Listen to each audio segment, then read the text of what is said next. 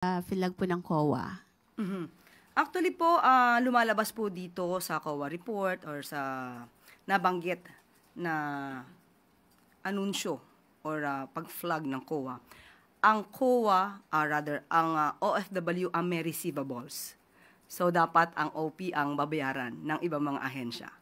Okay, ito po ang masasabi natin patungkol dyan, and I quote, "Collection letters were already issued in April and May 2025. Of the said amount, 7,887,555.64 or 55% were already collected to date.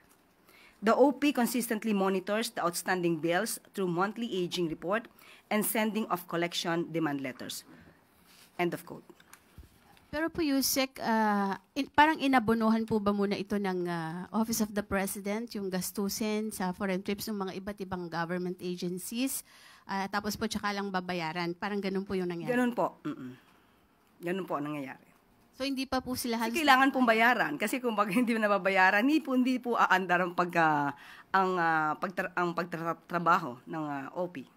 At mafa-flag po talaga ng COA ang OP kapag hindi nagbayad. Kaya po nagbibigay na po ng mga demands ang OP sa mga ahensya para po mabayaran pong muli. Or rather, mabayaran yung kanilang mga kakulangan at ito naman po ay dumadaan sa legal na proseso.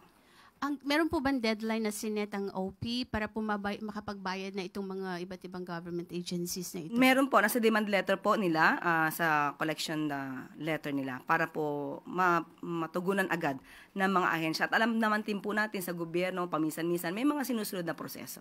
Ilan po yung deadline kung alam po ninyo?